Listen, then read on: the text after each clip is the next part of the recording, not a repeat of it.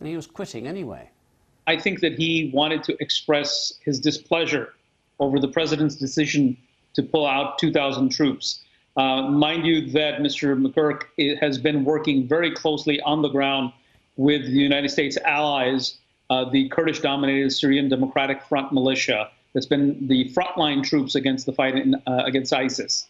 So it put, Mr. McGurk in a very awkward position.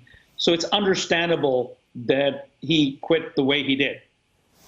What do you think will be the ramifications if, as seems to be the plan, these US forces leave?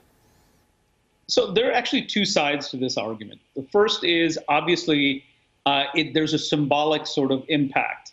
And, there is the fear, the risk that this would embolden ISIS, this would embolden other malign actors such as Russia and Iran, and of course the Assad regime. But at the same time, if you look at it in pure military terms, we have to ask the question, what were these 2,000 troops doing that will now no longer be served? What kind of functions were they serving? Were they involved in combat? And is the United States completely pulling out? I seriously doubt that that is the case.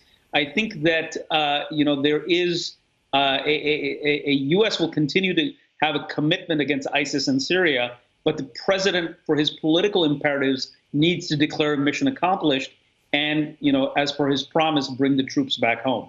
Well, what number would you put on it then? What number of troops coming back home is sufficient to please President Trump while still leaving a sufficient number of troops in Syria to do any decent work? I mean, it could be as many as half of them, because we're also getting word that there are plans that are being considered for the removal of about half of the U.S. contingent in Afghanistan, which is about 5,000 troops or 6,000 troops that we're hearing. I mean, these are preliminary reports. So if the president can show that, look, he's brought troops home, I mean, that would satisfy his base. And of course, he gets to tell that, look, I promised to defeat ISIS, and therefore I have, and here is the evidence.